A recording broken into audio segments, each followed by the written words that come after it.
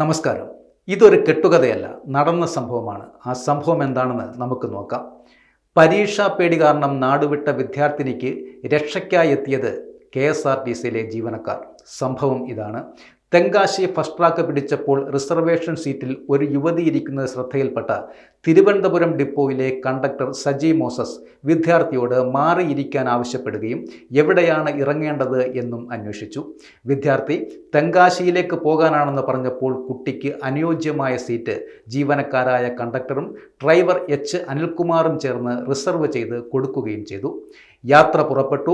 നെടുമങ്ങാടും കുളത്തൂപ്പുഴയും ആര്യങ്കാവും കടന്ന് ബസ് ഏകദേശം 5:30 തെങ്കാശിയിൽ എത്തി.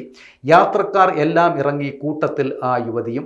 തെങ്കാശിയിൽ ഇനിയുള്ള 1 മണിക്കൂർ ജീവനക്കാരുടെ വിശ്രമ സമയമാണ്. ഇനി ബസ് തിരികെ 6:30 തിരുവനന്തപുരത്തേക്ക് തിരിച്ചു പോകുന്നത്.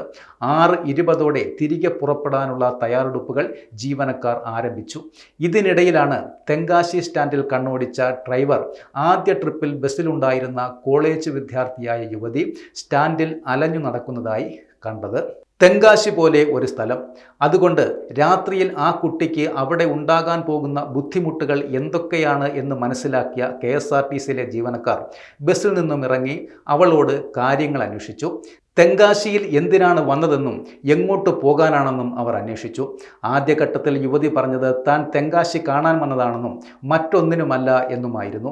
എന്നാൽ സന്ധ്യ കഴിഞ്ഞ് തെങ്കാശിയിൽ കാണാൻ എന്താണ് ഉള്ളത് എന്ന സംശയം കാരണം അവർ വീണ്ടും കുട്ടിയോട് കാര്യങ്ങൾ അന്വേഷിച്ചു. അപ്പോഴാണ് അവരുടെ ശ്രദ്ധയിൽ അവളുടെ കണ്ണുകൾ നിറയുന്നതായി കണ്ടത്. ഞാൻ പേടി കാരണം നാട് വിട്ട് വന്നതാണെന്ന് അവൾ അവരോട് പറഞ്ഞു. എനിക്ക് ഇന്ന് എക്സാം ആയിരുന്നു, നല്ല പാടായിരുന്നു, പരീക്ഷയിൽ തോൽക്കും എന്നാണ് എൻ്റെ പേടി. അതുകാരണം തിരുവനന്തപുരത്ത് നിന്നും തെങ്കാശി ബസ് കണ്ടപ്പോൾ ഞാൻ കയറിയതാണ്. ജീവനക്കാർ യുവതിയുടെ മറ്റ് വിവരങ്ങൾ അന്വേഷിച്ചു. തൻ്റെ വീട് വിതുരയിലാണെന്നും തൻ്റെ പേര് ഇന്നതാണെന്നും അവർ KSRTC ജീവനക്കാരോട് പറഞ്ഞു. വിതുര ഡിപ്പോയിലെ ഡ്രൈവറായിരുന്ന അനിൽകുമാർ വിശദമായി തിരക്കിയപ്പോൾ വീട് വിതുര മീനാങ്കൽ ആണെന്ന് മനസ്സിലാക്കുവാൻ കഴിഞ്ഞു. അതിനുശേഷം ജീവനക്കാർ വിദ്യാർത്ഥിയുടെ വീട്ടുകാരുടെ നമ്പർ ആവശ്യപ്പെട്ടു.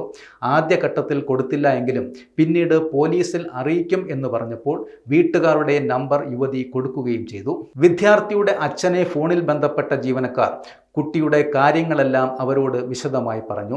തിരികെയുള്ള ട്രിപ്പിൽ അവൾ കാണുമെന്നും നന്ദിയോട് വന്ന് കുട്ടിയെ കൂട്ടിക്കൊണ്ടു പോകണം എന്നും അവർ ആവശ്യപ്പെട്ടു.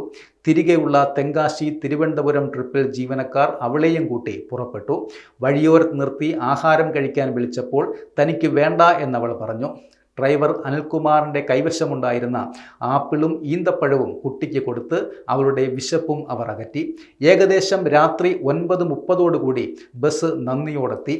കുട്ടിയെ കൂടെ കൂട്ടാൻ അവളുടെ അച്ഛനും അമ്മയും ഒരു ഓട്ടോയും അവിടെ കാത്തു നിൽക്കുന്നുണ്ടായിരുന്നു. ബസ്സിൽ നിന്നും ഇറങ്ങിയ കുട്ടിയെ സുരക്ഷിതമാക്കി അവളുടെ അച്ഛൻ്റെ കൈകളിൽ കൊടുത്തു. കുട്ടിയെ ഒന്നും പറയരുതേ എന്ന ഉപദേശത്തോടെ ജീവനക്കാർ തിരുവനന്തപുരത്തേക്കും കുട്ടി സുരക്ഷിതയായി അവളുടെ മാതാപിതാക്കൾക്കൊപ്പവും മടങ്ങി.